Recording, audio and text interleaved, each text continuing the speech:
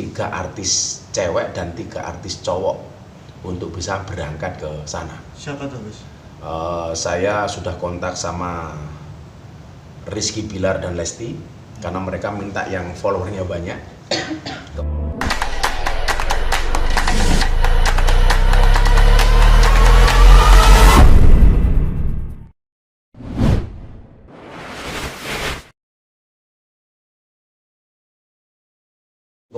Kepada orang tua, karena itu berarti sujud kepada orang tua.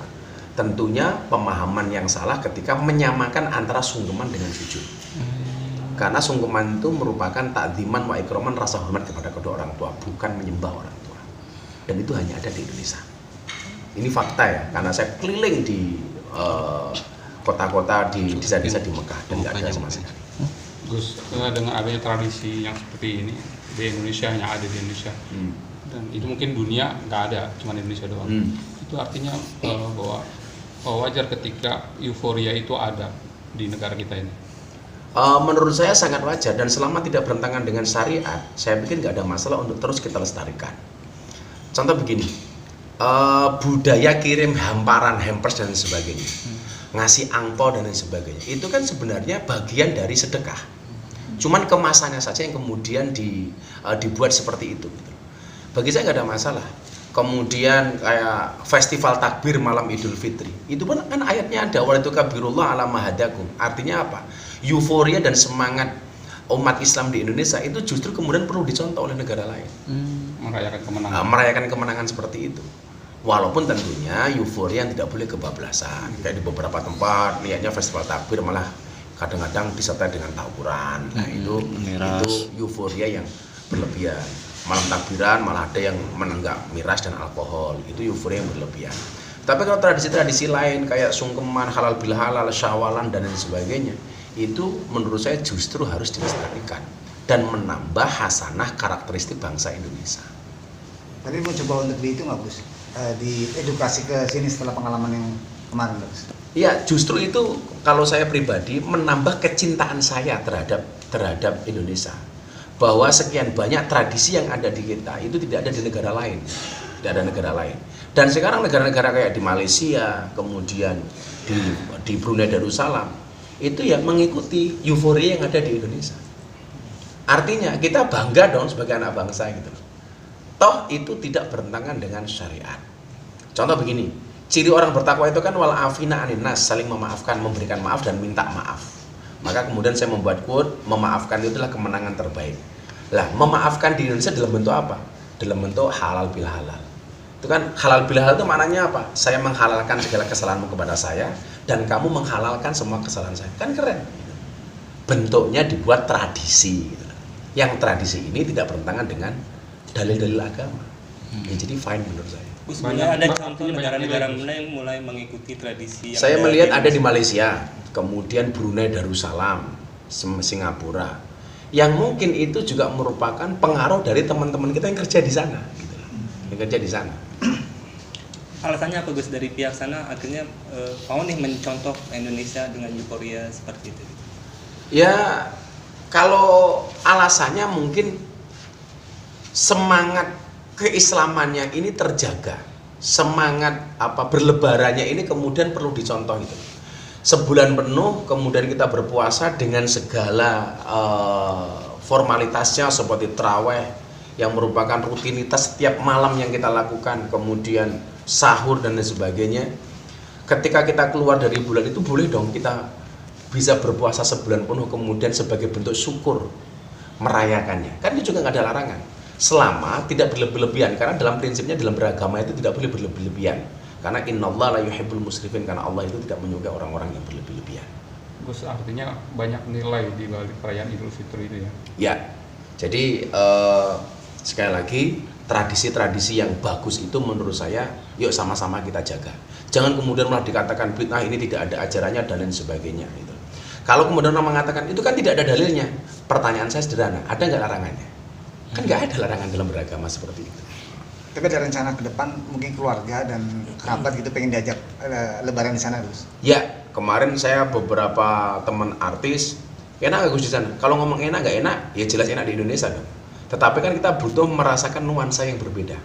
Kalau saya sebenarnya kemarin hanya ngejar malam 29 Ramadan sama pengen merasakan sholat id di Masjidil Haram. Kalau sholat Idul Adha kan sering karena beberapa kali kita naik haji.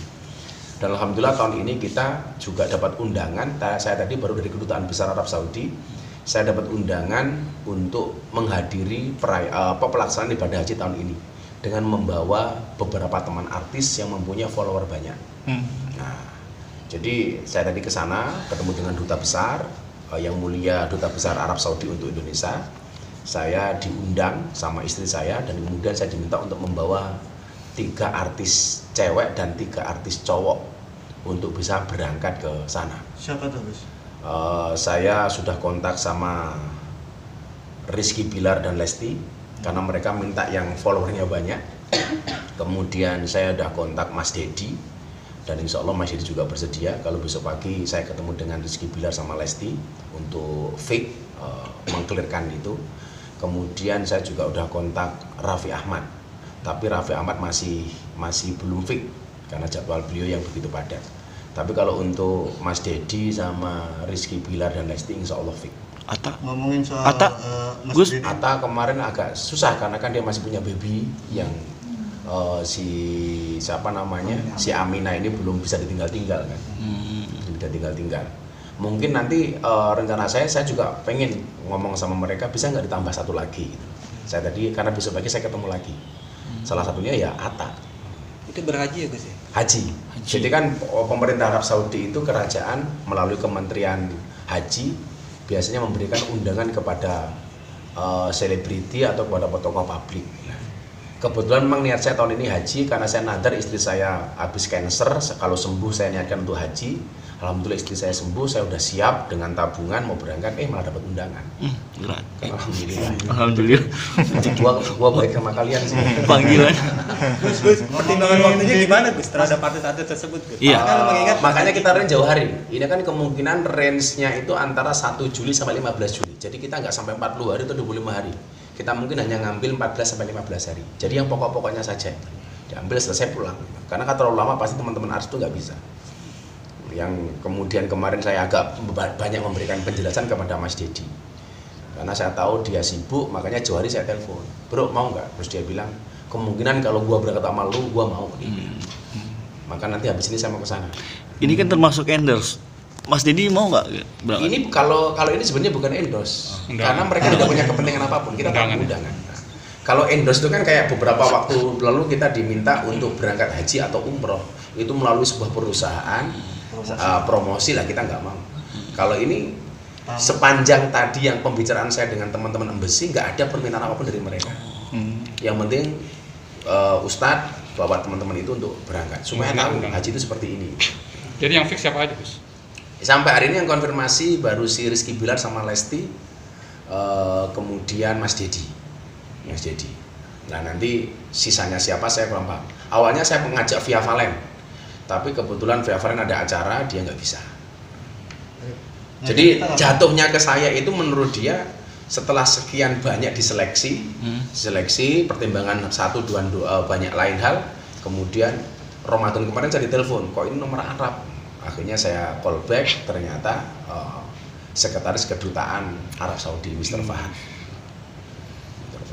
Ya alhamdulillah lah. Makanya saya bilang toh, Allah tidak memanggil orang yang mampu, tetapi Allah akan memampukan orang yang terpanggil. Iya betul. Allah. Ya siapa tahu nanti toh bisa nggak bawa wartawan? Ya. Doa saja gitu. Amin. Husnudon saja itu. Setidaknya videonya kirim ya, Bos. Siapa tahu kan nanti habis ini linknya berita kalian keren tak kirim ke kedutaan. Oke. Makanya cepet naikkan. Gus, sampai sejauh ini kapan deadline terakhir dari mereka, batas waktu? Ini kita diminta untuk mengirimkan kurikulum vitae. Kurikulum vitae saya, beserta istri, kemudian teman-teman yang saya ajak itu. Karena tadi dia bilang, Mr. Ambasadornya, pokoknya Gus Miftah berangkat, tiket, hotel, fasilitas nanti semuanya dari kami. Seperti ini. Ya alhamdulillah lah, kita juga nggak nyangka. Saya sendiri sudah menyiapkan tabungan karena memang saya nadar ya. Istri saya harus berangkat haji gitu. Tapi ternyata Allah kasih kemudahan dengan cara ini. Gue sama istri ya. Saya sama istri. Saya bilang, saya bisa berangkat kalau sama istri. Kalau cuma saya sendiri saya nggak mau. Mendingan saya bayar karena saya udah beberapa kali kan istri saya belum. Udah Karena saya memprioritaskan istri saya. Deadline Oke. dari mereka. Kenapa? Deadline dari mereka. Minggu ini untuk kirim kurikulum vitae ke CV-nya. mereka. Karena kurikulum vitae CV-nya itu akan dilihat oleh ambasador, kemudian dibawa ke Kementerian Haji, baru di ACC.